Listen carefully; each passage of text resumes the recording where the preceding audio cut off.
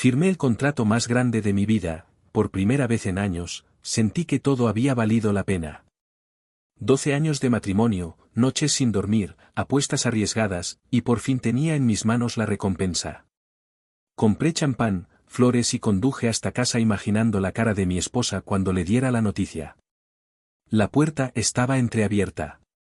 Entré en silencio, sonriendo todavía, hasta que escuché mi nombre al otro lado del pasillo. No era el tono de alguien que espera celebrar. Era el tono de alguien que ya ha tomado una decisión. Me quedé inmóvil, con el corazón suspendido en un segundo que cambió todo lo que creía saber sobre mi propia vida. Si estás escuchando esto por primera vez, te pido que te quedes. Porque lo que voy a contarte no es solo mi historia. Es la historia de todo lo que uno construye sin saber lo que realmente está levantando, y de lo que queda en pie cuando todo lo demás se derrumba. Si aún no te has suscrito al canal, este es el momento. Lo que viene después merece ser escuchado hasta el final. Mi nombre es Marcos. Tengo 42 años, vivo en Madrid desde hace casi 2 décadas, y soy consultor de empresas en reestructuración, que es una manera elegante de decir que me llaman cuando una compañía está al borde del colapso y necesita que alguien con paciencia y cabeza fría le diga exactamente qué está haciendo mal. Es un trabajo que exige distancia emocional, análisis permanente y una capacidad casi antinatural de no dejarse llevar por el pánico ajeno. Durante años pensé que eso me hacía bueno en mi profesión. Lo que tardé mucho más en comprender es que me había convertido en alguien que sabía leer crisis en los balances de otras personas y era completamente ciego a las suyas propias. Crecí en Salamanca, en una familia de clase media trabajadora, de esas que no tienen lujos pero tampoco pasan necesidades reales. Mi padre era delineante en un estudio de arquitectura, mi madre trabajaba en la administración de un colegio concertado. Éramos 3 hermanos. Yo era el del medio, el estudioso, el que ganó una beca para la universidad y se fue a Madrid sin mirar demasiado atrás. No porque no quisiera a los míos, sino porque tenía una urgencia interna difícil de explicar, esa sensación de que el tiempo pasaba más rápido que mis posibilidades. Quería construir algo. No sabía bien qué, pero lo quería con una intensidad que a veces asustaba incluso a mí mismo. Los primeros años en Madrid fueron duros de la manera romántica en que solo son duros cuando uno es joven y todavía le parece heroico no tener dinero. Compartí piso en Carabanchel con otros 3 estudiantes de posgrado, viví de bocadillos y biblioteca, mandaba dinero a casa cuando podía y fingía que no podía más veces de las reales. Fue en ese tiempo cuando conocí a Miguel García, que sería mi abogado años después, pero que entonces era simplemente el compañero de derecho que vivía 2 habitaciones más allá y que me prestaba apuntes con una generosidad que siempre recordaré. Hay amistades que se forjan en la escasez compartida y esas son las que aguantan todo lo demás. Conocí a Valeria cuando tenía 28 años. Ella tenía 26, trabajaba como coordinadora de proyectos en una empresa de comunicación en el barrio de Chueca y tenía esa clase de energía que en aquel entonces yo confundí con vitalidad genuina y que hoy, con la distancia que dan los años y el dolor, entiendo que era algo más parecido a una habilidad extraordinaria para adaptarse a lo que el otro necesitaba ver. No digo esto con rencor. Lo digo con la lucidez extraña que viene después de haber entendido algo muy tarde. Valeria era inteligente, eso nunca lo dudaré.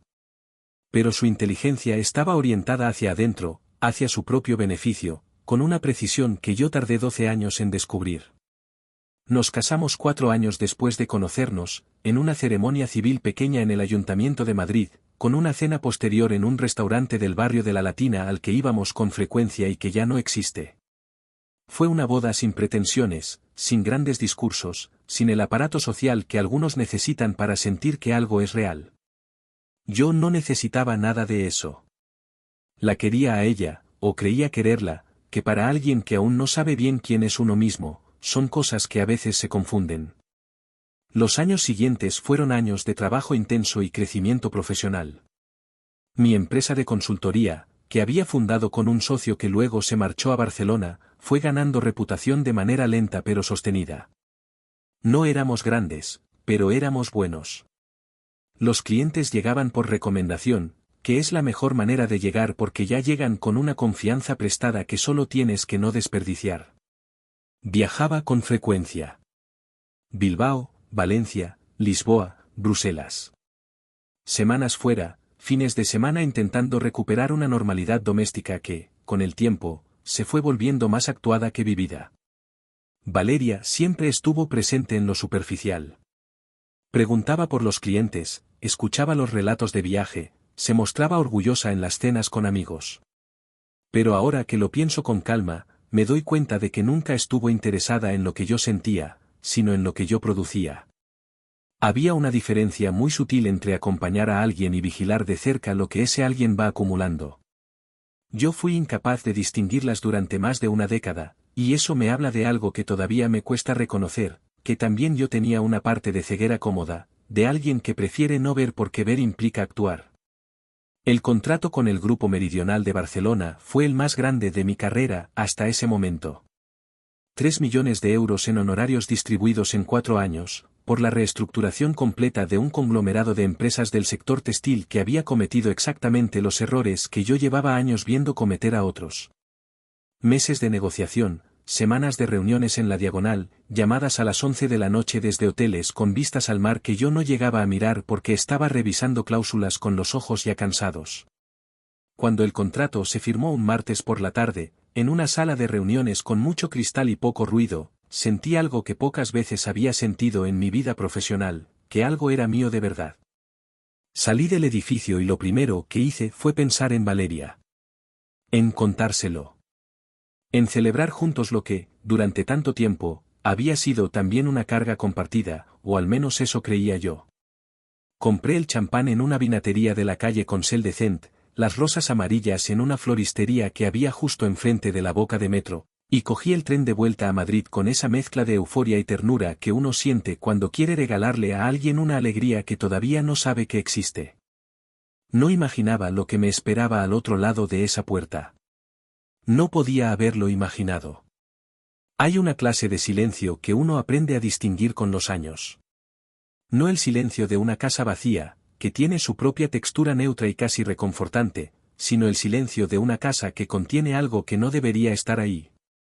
Esa tarde, cuando empujé la puerta con el hombro porque tenía las dos manos ocupadas, reconocí ese segundo tipo de silencio antes incluso de escuchar nada. Era un silencio tenso, habitado, el silencio de alguien que habla en voz baja porque no quiere ser escuchado. Y durante una fracción de segundo, antes de que mi cerebro procesara las palabras que venían del salón, mi cuerpo ya lo sabía. Las manos se enfriaron. La respiración se hizo más corta. Algo primitivo e infalible en mí entendió que lo que estaba a punto de ocurrir no tenía vuelta atrás. La voz de Valeria llegaba apagada pero nítida, con esa cadencia controlada que usaba cuando estaba concentrada en algo que le importaba de verdad. No era la voz que usaba conmigo en el día a día, esa voz doméstica y ligeramente distraída de quien comparte una rutina. Era otra voz. Más firme. Más fría. La voz de alguien que está cerrando un trato. Y lo que decía, reproducido ahora desde ese lugar profundo donde uno guarda las cosas que no consigue olvidar por más que quiera, fue esto: cuando llegue, ya está todo en marcha con el despacho. Los bienes llevan su nombre desde el mes pasado, y lo que entre ahora lo distribuimos antes de que se dé cuenta de nada.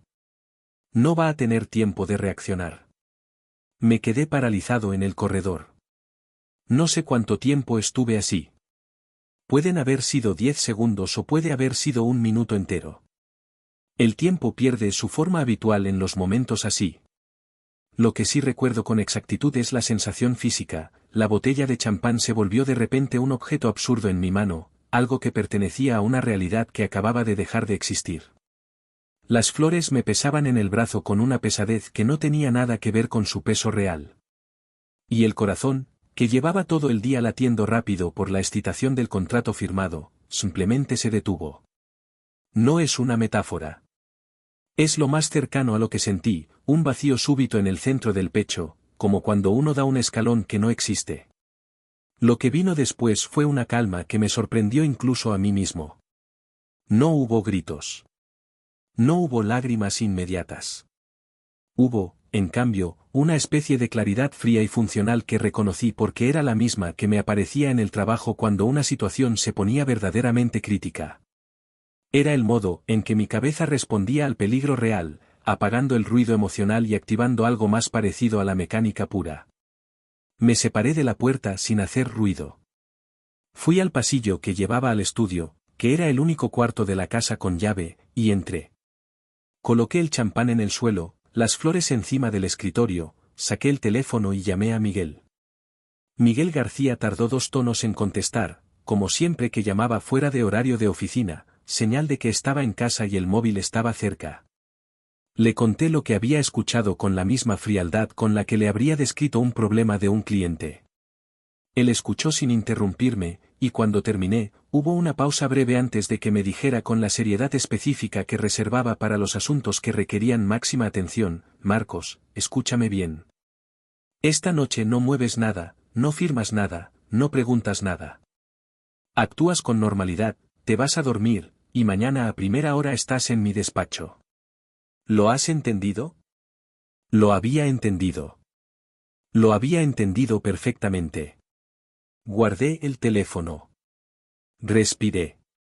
Y salí del estudio con la misma calma fingida con la que, años antes, había salido de reuniones en las que acababan de darme noticias devastadoras sobre empresas que dependían de mis decisiones. Era una habilidad que había desarrollado a lo largo de muchos años de trabajo duro, esa capacidad de mantener el rostro sereno mientras por dentro todo arde. Nunca imaginé que la usaría en mi propio salón, frente a la mujer con la que había compartido cama durante 12 años. Valeria estaba sentada en el sofá cuando entré. Había guardado el teléfono. Me miró con una sonrisa que, vista desde donde yo estaba en ese momento, tenía una calidad diferente a todas las sonrisas que le había conocido antes. Era una sonrisa perfectamente construida. Demasiado natural para ser completamente natural. Me preguntó cómo había ido el día, con ese tono ligero de quien pregunta por cortesía y no porque le importe demasiado la respuesta.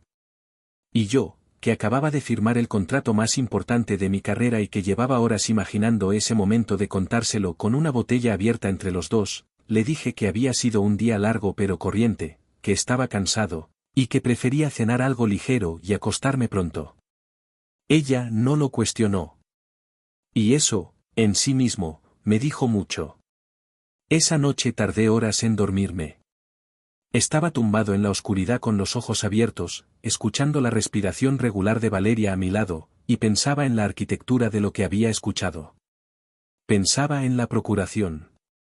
Pensaba en cuando había firmado yo algo que pudiera haber sido usado de esa manera sin que yo me diera cuenta. Y entonces lo recordé, 3 años antes, durante un viaje a Lisboa para una consultoría de larga duración, Valeria me había pedido que firmara un poder notarial para gestionar ciertos asuntos domésticos mientras yo estuviera fuera con frecuencia.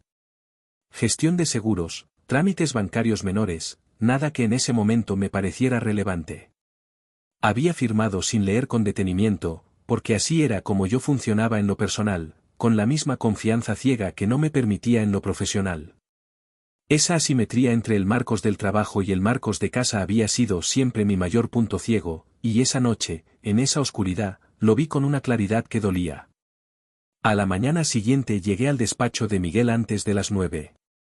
Él ya había hablado con 2 colegas suyos especializados en derecho de familia y estaba sentado detrás de su escritorio con esa expresión concentrada y algo sombría que adoptaba cuando los asuntos eran serios. Me dijo que lo primero era entender el alcance real de lo que se había movido, y que para eso necesitaba ver todos los documentos que yo pudiera reunir sin levantar sospechas. A lo largo de los días siguientes, con una delicadeza que me costó un esfuerzo considerable, fui localizando registros, estados de cuenta, escrituras. Y lo que encontré fue peor de lo que esperaba, aunque no más de lo que ya intuía. El apartamento de Malasaña, que habíamos comprado juntos 6 años antes con una hipoteca que yo había sufragado en su mayor parte con ingresos de la consultoría, aparecía registrado desde hacía poco más de un mes únicamente a nombre de Valeria. La procuración había sido usada con precisión quirúrgica, en el momento exacto en que yo estaba fuera, en un viaje de trabajo a Bilbao que ella misma había contribuido a organizar con entusiasmo inusual. Había también una cuenta en una entidad bancaria diferente a las nuestras habituales, abierta a su nombre, a la que llegaban pequeñas transferencias periódicas desde una cuenta de la que yo nunca había sabido nada. No eran cantidades enormes de manera individual, pero sumadas representaban algo más que un fondo de emergencia. Representaban una salida planificada con meses, posiblemente con años, de antelación. Hay una pregunta que me hice muchas veces en esas semanas y que todavía me hago a veces, en los momentos en que la memoria vuelve sin avisar, ¿cuándo empezó todo esto? ¿Hubo un momento concreto en que Valeria tomó la decisión, o fue algo que se fue construyendo de manera gradual, casi inconsciente, como una segunda vida que crece en paralelo a la primera sin que ninguna de las dos sepa exactamente cuándo dejaron de tocarse? No lo sé. Y he llegado a aceptar que probablemente nunca lo sabré, y que esa ignorancia, aunque incómoda, no cambia nada esencial de lo ocurrido. Lo que sí sé es que Miguel encontró algo que Valeria no había previsto. El contrato con el Grupo Meridional, el de los 3 millones de euros, estaba estructurado a través de una sociedad limitada que yo había constituido meses antes siguiendo un consejo que el propio Miguel me había dado por razones puramente fiscales y de responsabilidad profesional. Era una entidad independiente, sin ningún vínculo con los bienes conyugales, con una estructura jurídica que la blindaba de cualquier reclamación en el marco de un divorcio. Valeria había planificado con cuidado, pero había planificado sobre la base de un marcos que ella creía conocer del todo. Y hay cosas de uno mismo que solo ciertos amigos conocen, cosas que nunca se comparten en la mesa de un matrimonio porque pertenecen al territorio de la amistad de la que se viene, no de la que se construye en común. Cuando Miguel me explicó la situación con todos los detalles, con esa manera suya de dar las noticias difíciles sin quitarles peso pero tampoco añadiéndoles dramatismo innecesario, sentí algo complejo que no era exactamente alivio y tampoco era satisfacción. Era algo más parecido a la tristeza fría de quien comprueba que tenía razón en sospechar lo peor. Que el daño era real. Que los 12 años habían tenido una cara que yo no había visto, o que no había querido ver, porque a veces la diferencia entre esas dos cosas es más pequeña de lo que nos gusta admitir. El proceso de divorcio duró casi 8 meses. Fue un proceso contenido, sin escenas públicas, sin grandes confrontaciones. Valeria intentó al principio mantener una postura de normalidad herida, como si fuera ella quien había sido sorprendida por una decisión unilateral mía. Pero cuando el equipo legal de Miguel empezó a desplegar la documentación que habíamos reunido, esa postura se fue desdibujando hasta convertirse en algo más parecido al pragmatismo frío con el que, imagino, había planificado todo desde el principio. No hubo grandes revelaciones en las reuniones de mediación. No hubo confesiones ni explicaciones que yo pudiera llevarme a casa y usar para entender algo. Hubo papeles, hubo números, hubo un proceso técnico y desapasionado que fue poniendo cada cosa en su sitio con la eficiencia clínica del derecho aplicado. El apartamento volvió a mi nombre mediante un proceso que Miguel me explicó con paciencia y que yo seguí con la atención de alguien que aprende por primera vez que el mundo tiene mecanismos de corrección que funcionan, aunque lentamente y con un coste emocional que los documentos no recogen. Valeria se quedó con parte de los bienes que correspondían legalmente a la sociedad conyugal, que eran menos de lo que había calculado y más de lo que a veces, en mis peores noches, me parecía justo. Pero Miguel me dijo algo que anoté mentalmente con la intención de no olvidarlo: el objetivo no es ganar, Marcos. El objetivo es salir. Y salí. Salí con la empresa intacta, con el contrato firmado, con el apartamento recuperado y con algo que en ese momento no sabía valorar todavía pero que con el tiempo resultó ser lo más importante de todo: salí sabiéndolo todo. Porque hay una clase de herida que viene de la traición, y hay otra clase de herida, más sorda y más lenta, que viene de vivir años al lado de una mentira sin saberlo. Y aunque ambas duelen, solo la primera te permite levantarte con la cabeza despejada. La segunda te deja con preguntas que nunca tendrán respuesta, con versiones del pasado que se reescriben solas en tu memoria cada vez que menos lo esperas. Eso fue lo que me quedó de los 12 años con Valeria. No la rabia, que pasó relativamente pronto. No el dolor, que tardó más pero también fue cediendo. Lo que quedó fue una desconfianza profunda, silenciosa y casi estructural, como una grieta en los cimientos de algo que antes daba por sólido. La desconfianza no de alguien amargado, sino de alguien que ha aprendido de golpe que las personas tienen capas que no siempre enseñan, y que la intimidad, que uno cree que revela a los demás, a veces solo revela lo que el otro ha decidido que veas. Tardé mucho en querer volver a ver a alguien. Tardé mucho más en ser capaz de hacerlo de verdad. Hay una diferencia enorme entre estar solo y sentirse solo, y durante los meses que siguieron al divorcio aprendí a distinguirlas con una precisión que no le deseo a nadie. Estar solo tenía sus ventajas, o al menos eso me repetía a mí mismo con la obstinación silenciosa de quien necesita convertir una circunstancia difícil en una decisión propia.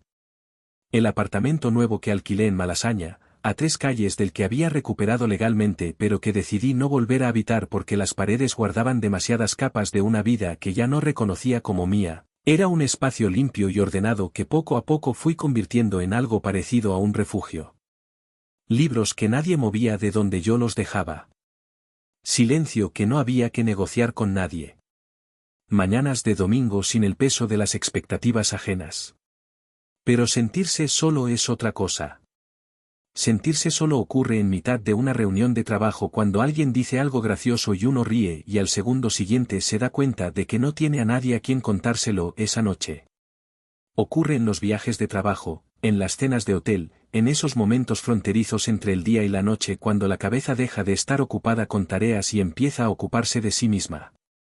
Ocurre, sobre todo, cuando uno empieza a darse cuenta de que la soledad que siente no es solo la ausencia de una persona concreta, sino la ausencia de algo más vasto y más difícil de nombrar, la ausencia de la posibilidad de confiar. Eso era lo que Valeria se había llevado realmente. No el apartamento, no los bienes que había intentado redistribuir antes de que yo llegara a casa con una botella de champán y flores amarillas. Se había llevado mi capacidad de leer a las personas sin buscarles el doble fondo. Y eso, a diferencia de un bien inmueble, no tiene proceso legal de recuperación. No hay abogado que lo tramite ni juez que lo restituya. Hay que recuperarlo uno mismo, despacio, con el riesgo permanente de equivocarse en el intento. Los primeros meses trabajé más de lo que debería. Es el mecanismo más antiguo y más predecible del mundo, y aún así uno cae en él como si lo estuviera descubriendo por primera vez. La consultoría con el Grupo Meridional estaba en su fase inicial, lo cual significaba viajes frecuentes a Barcelona, reuniones largas, documentación que revisar a horas en que el resto del mundo ya había cenado y apagado las luces. Me entregué a ese trabajo con una intensidad que mis colaboradores interpretaron como profesionalismo elevado y que en realidad era, en buena parte, una forma de no quedarme quieto demasiado tiempo. Porque cuando uno se queda quieto, piensa. Y cuando piensa, recuerda. Y recordar, en aquel periodo, tenía un coste que prefería no pagar con demasiada frecuencia. Fue Rodrigo quien me sacó de esa dinámica, aunque al principio lo hice a regañadientes. Rodrigo Fuentes era mi amigo desde los tiempos de la universidad, uno de esos vínculos que sobreviven a todo porque están construidos sobre algo más sólido que la conveniencia o la cercanía geográfica. Vivía en Salamanca, donde había montado un pequeño negocio de arquitectura de interiores que le daba para vivir bien y le dejaba tiempo para vivir mejor, que es una combinación que siempre le envidié con afecto sincero. Nos veíamos pocas veces al año, pero cuando nos veíamos era como si el tiempo no hubiera pasado, que es la marca específica de las amistades que merecen ese nombre. Rodrigo llevaba meses insistiendo en que fuera a visitarle. Llamadas que yo respondía con excusas vagas sobre el trabajo, el viaje a Barcelona, la reunión que no podía mover. Hasta que un jueves por la tarde, después de una semana especialmente larga en la que había dormido mal 4 noches seguidas y había comido más veces de pie frente a la encimera de la cocina que sentado en una mesa, le devolví la llamada y le dije que el viernes por la tarde cogía el tren. Hubo una pausa breve al otro lado de la línea, y luego Rodrigo dijo, con esa calma suya que nunca sonaba a indiferencia sino a algo más parecido a la solidez, bien. Ya era hora. Salamanca en noviembre tiene una luz particular que no he encontrado en ningún otro sitio. Es una luz dorada y algo melancólica que cae sobre la piedra de los edificios del centro y los convierte en algo que parece sacado de otro siglo, como si la ciudad hubiera decidido preservarse a sí misma en un ámbar suave y permanente. Llegué en tren un viernes al atardecer, con una bolsa pequeña y la disposición de alguien que no espera nada concreto pero que necesita cambiar de aire con urgencia. Rodrigo me recogió en la estación con su furgoneta vieja que siempre olía a madera y a pintura, y los primeros 20 minutos no hablamos de nada importante, que es exactamente lo que yo necesitaba. La cena de esa noche fue en casa de Rodrigo, algo informal, sin demasiados preparativos. Estaba su mujer, Cristina, que siempre me había tratado con una calidez directa y sin condescendencia que yo apreciaba especialmente. Y estaba Elena. No voy a decir que me impresionó en el primer momento, porque sería inexacto y porque Elena es el tipo de persona que no funciona así, que no se entrega a la primera impresión sino que se va revelando despacio, en capas, como los buenos libros que no empiezan con el mejor párrafo sino que te encuentran en mitad de la lectura cuando ya no lo esperas. Lo que sí recuerdo de ese primer momento es que estaba sentada al final de la mesa con una copa de vino tinto en la mano y que cuando Rodrigo nos presentó me miró directamente a los ojos durante un segundo más de lo habitual, como si estuviera calibrando algo. No era escrutinio. Era atención. Y en ese momento, yo no sabía todavía la diferencia que eso iba a hacer. Elena Martínez tenía 38 años, era profesora de literatura en un instituto de Salamanca y había vivido varios años en Berlín antes de volver a España por razones que aquella noche no mencionó y que yo tampoco pregunté.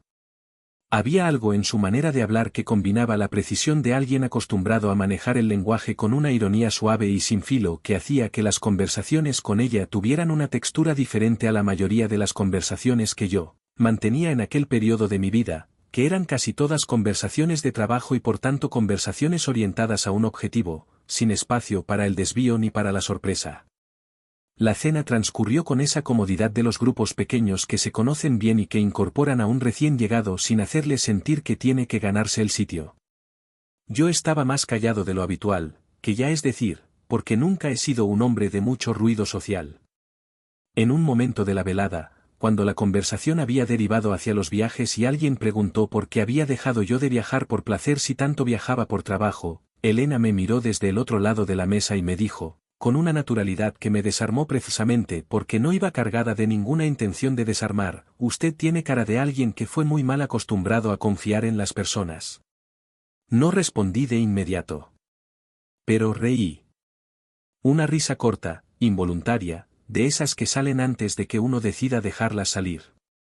Y fue una risa verdadera, que es un detalle que menciono porque en aquel periodo de mi vida las risas verdaderas eran escasas y las reconocía cuando aparecían con una claridad algo dolorosa, como quien tiene sed y de repente encuentra agua fría. Esa noche, de vuelta en el cuarto de invitados de casa de Rodrigo, tardé en dormirme pero no por las razones habituales. No era el peso de los recuerdos ni la desconfianza girando en círculos. Era algo más extraño y más nuevo, era la conciencia de que algo había ocurrido en esa cena que todavía no sabía nombrar bien, pero que tenía la textura específica de los comienzos. Durante las semanas siguientes pensé en Elena con más frecuencia de la que me parecía razonable. No de una manera romántica inmediata, sino de una manera más parecida a la curiosidad intelectual, que en mi caso siempre ha sido la antesala de todo lo demás. Me pregunté qué habría visto en mí esa noche para decir lo que dijo. Me pregunté si lo había dicho con intención o simplemente porque era el tipo de persona que dice lo que observa sin calcular demasiado el efecto. Ambas posibilidades me resultaban igualmente interesantes, curiosamente, igualmente tranquilizadoras.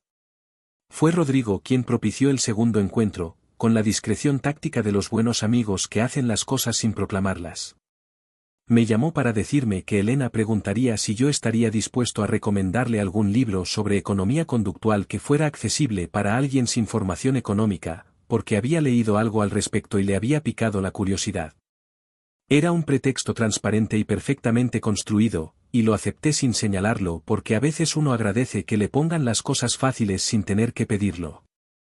Le escribí a Elena un mensaje con 3 recomendaciones y una explicación breve de por qué cada una. Ella respondió al día siguiente con un comentario sobre el primero de los libros que evidenciaba que lo había buscado con rapidez y leído las primeras páginas con atención genuina, y añadía una pregunta sobre un concepto específico que me obligó a pensar la respuesta con más cuidado del que suelo dedicar a los mensajes. Y así empezó todo, despacio, a través de palabras escritas, sin la presión de la presencia física ni el riesgo inmediato del malentendido.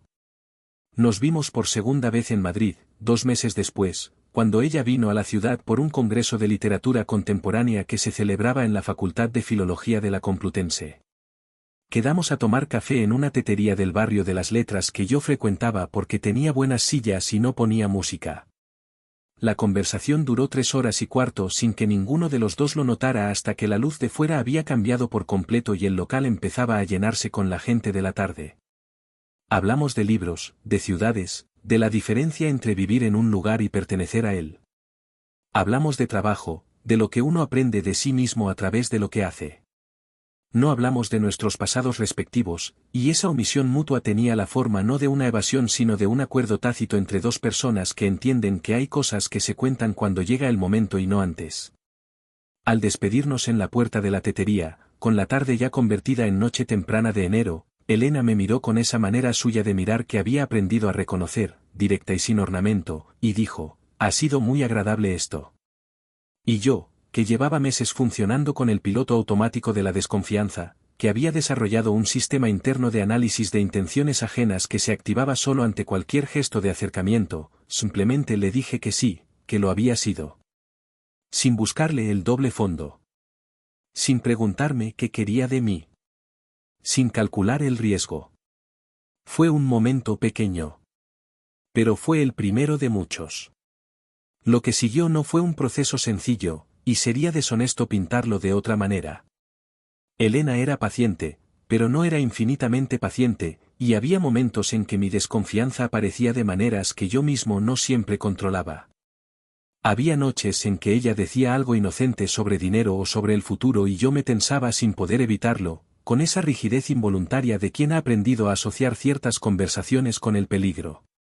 Había momentos en que ella intentaba hablar de algo serio y yo derivaba la conversación hacia lo concreto, hacia los hechos, hacia el territorio seguro de lo que se puede verificar, porque el territorio de lo emocional me parecía en aquel periodo un lugar sin suelo firme donde uno podía caer sin previo aviso. Hubo una tarde en su piso de Salamanca, a donde había ido a pasar un fin de semana, en que ella cogió mi teléfono de la mesilla para ver una foto que yo le había mencionado durante el desayuno. Era un gesto completamente natural, sin ninguna carga. Y yo la observé hacerlo con una frialdad que me salió sola, una frialdad vigilante y absurda que ella notó de inmediato porque Elena notaba casi todo. No dijo nada en ese momento. Siguió viendo la foto, me la devolvió con una sonrisa y esperó. Esperó hasta que estuvimos sentados en el sofá esa misma tarde, con la luz baja de noviembre entrando por la ventana grande del salón, y entonces sí me miró y me dijo, con una voz que no tenía reproche sino algo mucho más difícil de manejar, que era comprensión pura, «Yo no soy ella, Marcos. Y tú lo sabes». Lloré. No de inmediato. Aguanté unos segundos que se sintieron muy largos, con esa resistencia inútil de los hombres que hemos aprendido a contener demasiadas cosas en demasiados sitios. Y luego lloré. No con el dramatismo de quien se derrumba, sino con la quietud extraña de quien suelta algo que llevaba mucho tiempo cargando sin darse cuenta del peso exacto que tenía. Elena no dijo nada más. No me preguntó qué me pasaba ni intentó llenar el silencio con palabras de consuelo que habrían sonado a ruido. Se quedó a mi lado con una presencia que era en sí misma suficiente, y eso, que parece una cosa pequeña, fue en realidad la cosa más grande que alguien había hecho por mí en mucho tiempo. Aquella tarde entendí algo que llevaba meses rozando sin conseguir agarrar del todo. Entendí que seguir cargando a Valeria dentro de cada nuevo momento, seguir buscando sus gestos en los gestos de Elena, seguir midiendo cada palabra ajena con la vara de lo que había ocurrido en ese corredor, era una forma de traición hacia mí mismo. Era dejar que algo que ya había terminado siguiera dictando los términos del presente. Era, en el fondo, dejarla ganar de una manera que ningún proceso legal podría haber resuelto. Y decidí, no de golpe sino despacio, con la misma lentitud con que se construyen las cosas que duran, que no iba a hacer eso. Hay decisiones que uno toma de manera consciente, con la deliberación de quien sopesa opciones y elige la que le parece más razonable. Y hay otras decisiones que uno descubre que ya ha tomado, sin saber exactamente cuándo, como quien se da cuenta de que lleva un rato caminando en una dirección sin haber elegido el momento de ponerse a andar. La decisión de confiar en Elena fue de ese segundo tipo. No hubo una mañana en que me levanté y me dije que a partir de ese día iba a dejar de buscarle el doble fondo a cada gesto suyo. Hubo, en cambio, una acumulación de momentos pequeños en que fui comprobando, casi a mi pesar, que el suelo que pisaba era sólido. Y un día, sin celebración ni anuncio, me di cuenta de que ya no lo estaba comprobando. Eso no significa que el proceso fuera limpio ni que yo lo hiciera bien en todo momento. Hubo recaídas. Hubo semanas en que algo me ponía en guardia sin razón objetiva y yo volvía a ese modo cerrado y analítico que Elena reconocía con una precisión que a veces me incomodaba precisamente porque significaba que me conocía mejor de lo que yo me conocía a mí mismo en ciertos aspectos. Había aprendido a leerme de la misma manera en que yo leía los balances de las empresas que reestructuraba, buscando los patrones que se repetían, las señales débiles que anunciaban algo antes de que ese algo se hiciera evidente. Y lo hacía sin convertirlo en un ejercicio de control ni en una herramienta de presión. Lo hacía simplemente porque prestaba atención, que es la forma más básica y más honesta de querer a alguien. Fue precisamente esa atención la que me enseñó algo sobre mí mismo que no había sabido ver antes, ni durante los años con Valeria ni en el periodo solitario que le siguió. Me enseñó que yo había confundido durante mucho tiempo la estabilidad emocional con la ausencia de conflicto. Que había construido mi vida doméstica, primero en la infancia y luego en el matrimonio, sobre la premisa de que las cosas funcionaban bien mientras no hubiera fricciones visibles, mientras la superficie se mantuviera tranquila. Y que esa premisa era una mentira piadosa que uno se cuenta para no tener que enfrentarse a la incomodidad de lo que ocurre debajo de la superficie.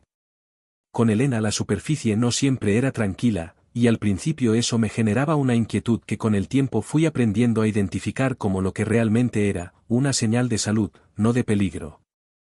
Elena tenía opiniones firmes y no le costaba expresarlas. Cuando no estaba de acuerdo con algo que yo decía, lo decía, sin rodeos pero también sin agresividad, con esa manera suya de plantear las cosas que dejaba espacio para la respuesta sin cerrar la puerta antes de que uno pudiera abrirla. Discutíamos, en el sentido más genuino y más productivo de la palabra, que es el sentido que se ha perdido un poco en un tiempo en que la gente confunde el debate con la confrontación y la confrontación con el ataque. Recuerdo una conversación que tuvimos una noche en el apartamento de Lavapiés, ya viviendo juntos, sobre el asunto de los límites en el trabajo. Yo había aceptado una ampliación del contrato con el Grupo Meridional que implicaba 2 meses adicionales de viajes frecuentes a Barcelona, y ella me lo había preguntado antes de dar mi respuesta definitiva, no para pedirme permiso ni para condicionarme, sino porque quería saber si yo había pensado en lo que eso significaba para los dos. Y yo, que en ese momento todavía tenía el reflejo defensivo de interpretar ciertas preguntas como cuestionamientos a mi autonomía, le respondí con una sequedad que no era justa. Ella me escuchó, esperó a que yo terminara, y luego me dijo con una calma que no era resignación sino convicción: no te estoy pidiendo que no vayas, Marcos. Te estoy pidiendo que me incluyas en la decisión, que es diferente. Me quedé en silencio un momento, porque tenía razón y yo lo sabía, y porque reconocer que uno tiene razón cuando uno mismo acaba de actuar mal requiere un tipo de humildad que no siempre está disponible a la primera. Pero lo reconocí. Y eso fue importante, no porque resolviera el asunto de los viajes, que se resolvió de manera práctica y sin drama en los días siguientes, sino porque fue una de las primeras veces en que fui capaz de ceder sin sentir que cedía terreno. De reconocer un error sin interpretarlo como una derrota. Había algo en la manera en que Elena planteaba las cosas que hacía posible esa clase de honestidad, porque no usaba los errores del otro como munición sino como información, como datos relevantes para entender mejor cómo funcionaba la relación y cómo hacerla funcionar mejor. Fue en ese periodo cuando retomé el contacto con mi familia de Salamanca con una regularidad que había abandonado durante los años de matrimonio con Valeria sin ser completamente consciente de ello. Mi madre, Amparo, era una mujer de pocas palabras y muchas observaciones, de esas personas que no preguntan directamente pero que escuchan con una atención tan completa que uno acaba contando más de lo que tenía intención de contar.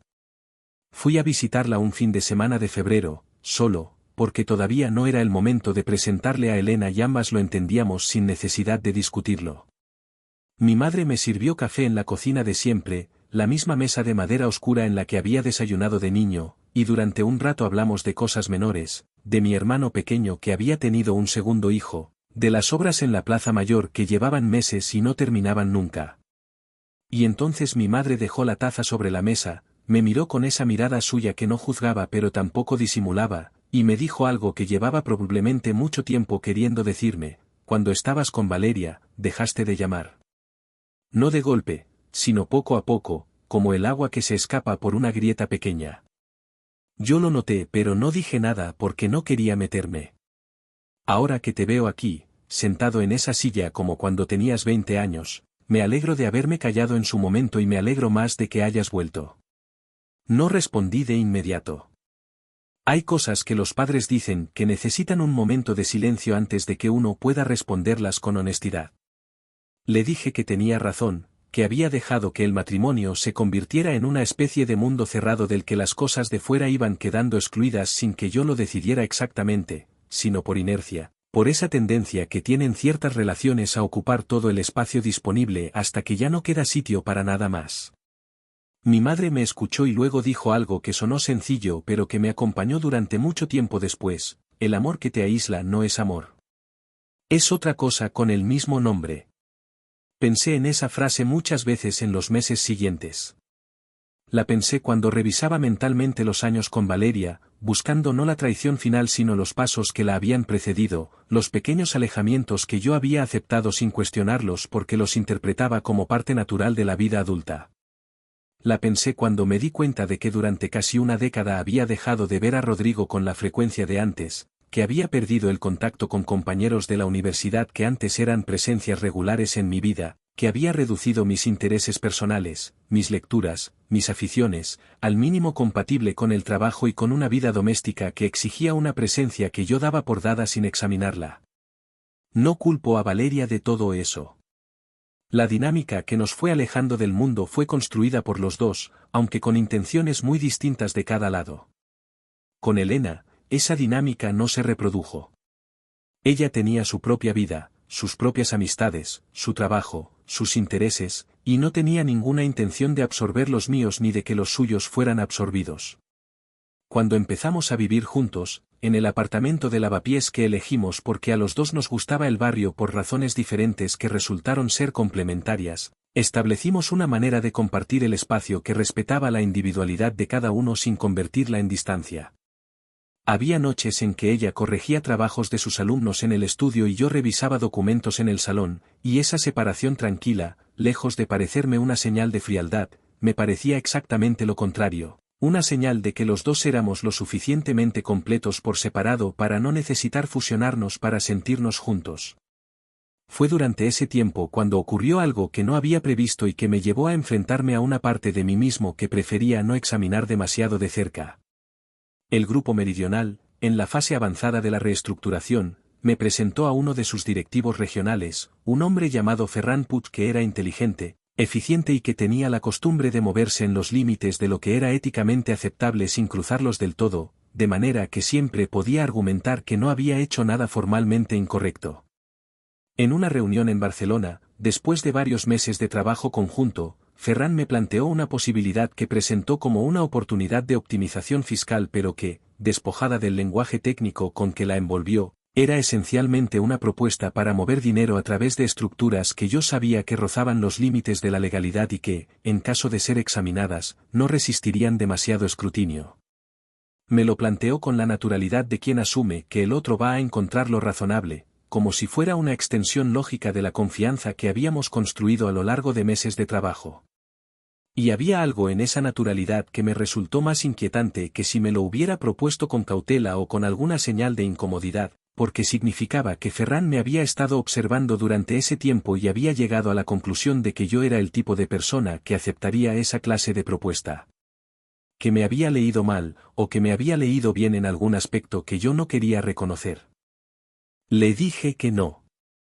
No con discursos ni con explicaciones largas, porque las explicaciones largas ante ese tipo de propuestas tienen siempre un punto de negociación que no quería dejar abierto.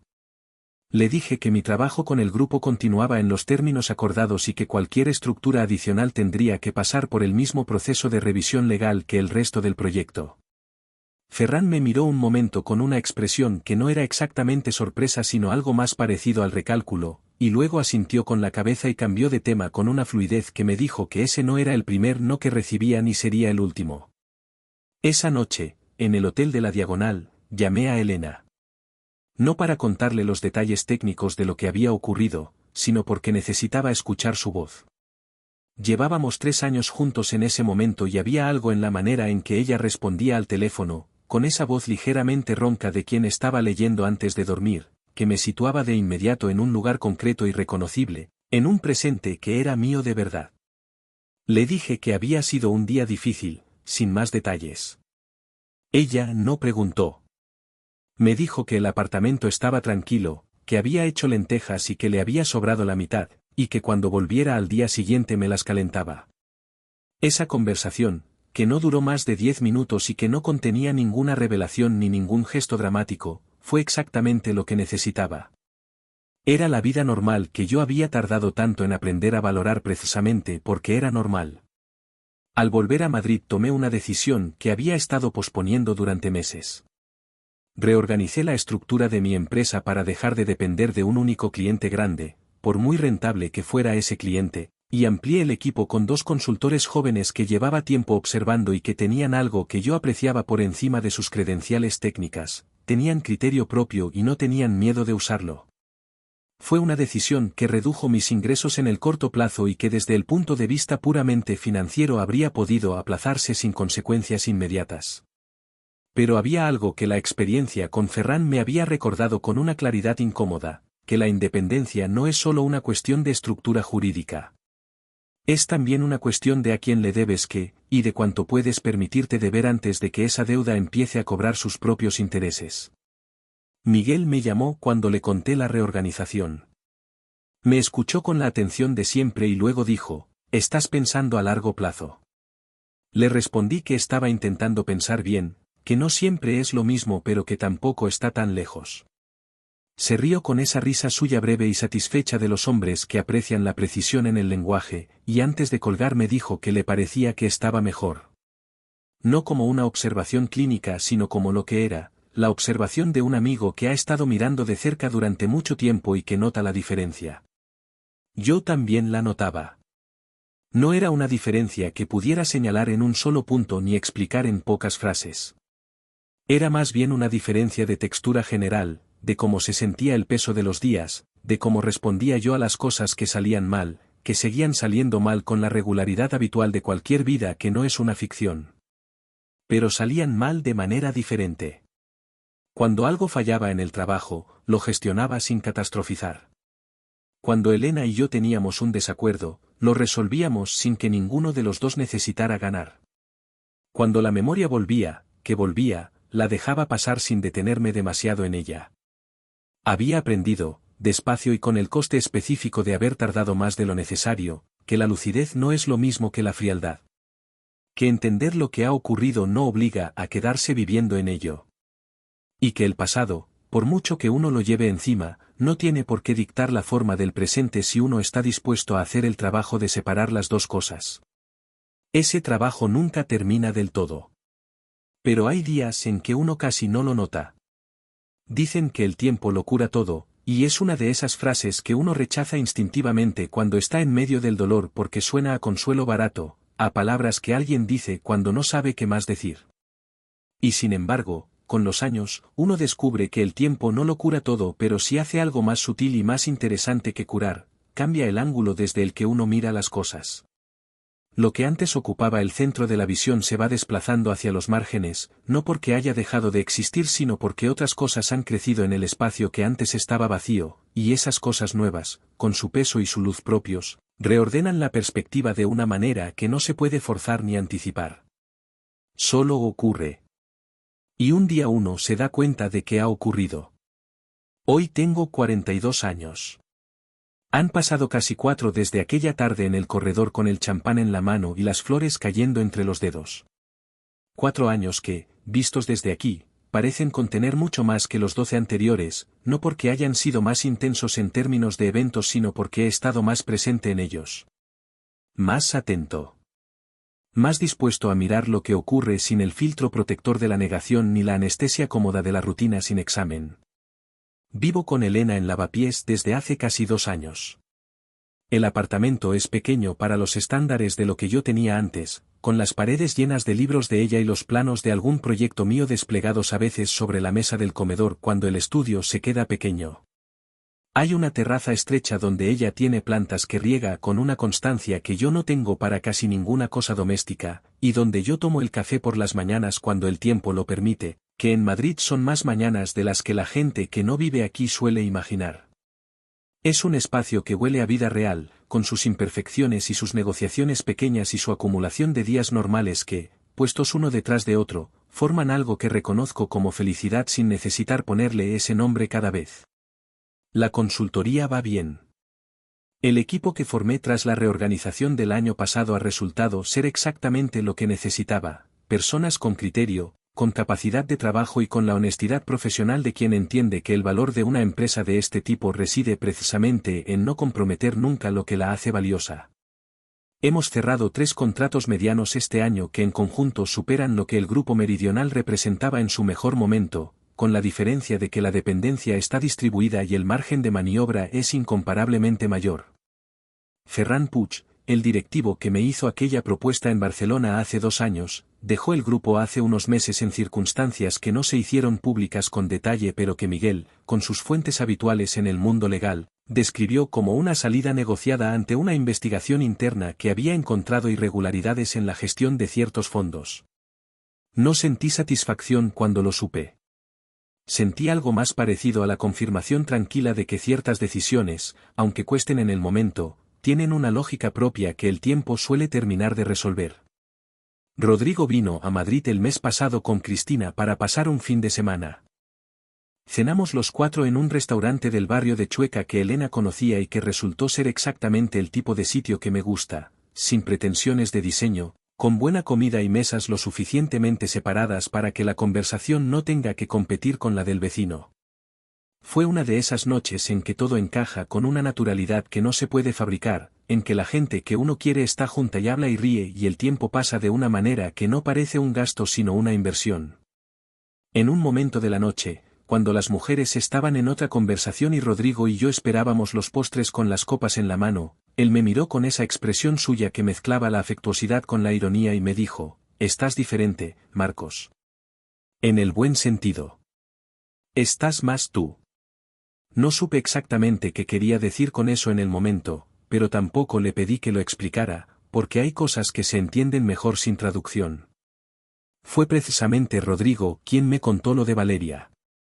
No lo hizo con malicia ni con el entusiasmo de quien trae un chisme, sino con la incomodidad genuina de alguien que tiene una información y no sabe si retenerla o compartirla y finalmente decide que compartirla es más honesto que guardársela. Fue durante esa misma cena, en un momento en que Elena y Cristina habían ido al baño y nos quedamos solos los dos por unos minutos. Me dijo que había sabido algo a través de un conocido común de Salamanca, alguien que tenía contacto con el círculo en que Valeria se había movido después del divorcio. Al parecer, Valeria había rehecho su vida con rapidez después de la separación, lo cual no me sorprendió.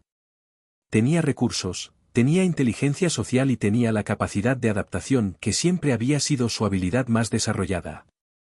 Se había instalado en Barcelona, donde al parecer tenía vínculos que yo desconocía, y había iniciado una relación con un empresario del sector inmobiliario bastante mayor que ella, un hombre con dinero y con la suficiente distancia emocional de su propio pasado como para no hacer demasiadas preguntas sobre el de los demás. Durante casi 2 años, esa relación había tenido todos los signos exteriores de la estabilidad, viajes, apariciones sociales, una vida construida sobre la misma superficie brillante y bien mantenida que Valeria siempre había sabido proyectar. Pero algo había fallado. Rodrigo no tenía todos los detalles, y fue honesto en decirlo, pero lo que había llegado hasta él era que el empresario había descubierto ciertas inconsistencias en la manera en que Valeria había gestionado algunos asuntos financieros que él le había delegado con una confianza que, según parecía, no estaba del todo justificada. No había denuncia formal, al menos que Rodrigo supiera, porque ese tipo de hombres suelen preferir el silencio al escándalo cuando el escándalo los implica también a ellos. Pero la relación había terminado de manera abrupta, según el contacto en común, Valeria se encontraba en una situación considerablemente más complicada de lo que había sido en los años de nuestro matrimonio, tanto en lo económico como en lo social. Escuché todo esto en silencio. Rodrigo me observaba con atención, calibrando mi reacción, y yo entendía por qué, no era evidente cómo iba a responder a esa información alguien que había pasado por lo que yo había pasado. Había una versión de mí, la versión de hace 3 o 4 años, que habría sentido algo difícil de confesarse a uno mismo, una satisfacción oscura y pequeña que uno no menciona en voz alta pero que existe de todas formas. Pero la versión de mí que estaba sentado en ese restaurante de Chueca escuchando a Rodrigo sintió algo diferente y más complicado, sintió una tristeza que no era compasión exactamente, pero que tampoco era indiferencia. Porque Valeria era, antes que cualquier otra cosa, una persona. Una persona que había tomado decisiones muy malas y que había hecho daño real a alguien que la quería, o que creía quererla, que para el caso del daño infligido es lo mismo. Pero también era alguien que probablemente llevaba mucho tiempo operando desde un lugar interno de escasez y de miedo, desde la convicción de que el mundo era un lugar donde había que adelantarse a los demás antes de que los demás se adelantaran a una, y que esa convicción, equivocada y destructiva como era, no había surgido de la nada. Las personas no se convierten en lo que Valeria se convirtió por azar ni por maldad pura. Se convierten en eso por algo que ocurrió antes, en algún lugar que yo nunca tuve acceso a ver del todo, y que ella nunca me mostró porque probablemente tampoco sabía mostrárselo a sí misma. Eso no la absuelve de nada. El daño que hizo fue real y deliberado, y la deliberación es importante porque separa el error de la traición. Pero entenderlo, o al menos intentar entenderlo, me pareció en ese momento más útil que la satisfacción de saber que las cosas le habían salido mal. Porque la satisfacción dura poco y no enseña nada. La comprensión, aunque sea parcial e incómoda, sí. Le dije a Rodrigo que lo agradecía, que me alegraba de saberlo no porque me produjera placer sino porque cerraba algo que sin ese conocimiento habría quedado abierto de una manera vaga e indefinida. Y luego cambiamos de tema, porque Elena y Cristina volvían a la mesa y porque había cosas mejores de las que hablar esa noche. Más tarde, ya en casa, con Elena dormida a mi lado y la ciudad haciendo su ruido suave de madrugada, estuve un rato despierto pensando en todo aquello. No con angustia ni con el peso de las noches difíciles de antes, sino con esa reflexión tranquila que a veces viene cuando todo está en calma y la cabeza puede moverse libremente sin que haya urgencias que la convoquen. Pensé en el corredor con el champán. Pensé en Miguel y en su manera de decir las cosas importantes sin quitarles peso pero sin añadirles dramatismo. Pensé en mi madre y en su frase sobre el amor que aísla. Pensé en Rodrigo, en esa amistad que había sobrevivido a todos mis periodos de distancia y que seguía siendo el mismo vínculo sólido de siempre. Y pensé en Elena, que dormía con esa quietud suya que siempre me había parecido una forma de confianza, la quietud de alguien que se siente lo suficientemente seguro como para soltarse del todo. Hay una cosa que nadie te cuenta sobre reconstruirse después de una traición profunda, y es que el proceso no tiene un final nítido. No hay un día en que uno se despierta completamente curado, con todas las piezas en su sitio y ninguna cicatriz visible. Lo que hay es una serie de momentos, distribuidos a lo largo de meses y años, en que uno comprueba que algo que antes dolía ya no duele de la misma manera. En que algo que antes generaba desconfianza automática ahora genera simplemente cautela razonable, que es una cosa muy diferente. En que la memoria de lo que ocurrió sigue siendo la memoria de lo que ocurrió, con toda su carga y su exactitud, pero ha dejado de ser el cristal a través del cual uno ve todo lo demás. Eso es lo que ha ocurrido conmigo. No una curación dramática ni una revelación súbita, sino una acumulación silenciosa de evidencia en sentido contrario. La evidencia de que Elena es quien dice ser. La evidencia de que el trabajo bien hecho tiene su propia recompensa que no depende de ningún Ferran Puig ni de ninguna estructura que comprometa lo que uno vale. La evidencia de que las amistades antiguas, cuando son verdaderas, resisten la negligencia y la distancia y siguen ahí cuando uno vuelve. La evidencia, quizás la más difícil de aceptar al principio, de que yo mismo soy alguien en quien se puede confiar, no solo profesionalmente sino en el sentido más amplio y más exigente de esa palabra. Porque eso también lo había perdido un poco, sin darme cuenta. La confianza en mi propio criterio.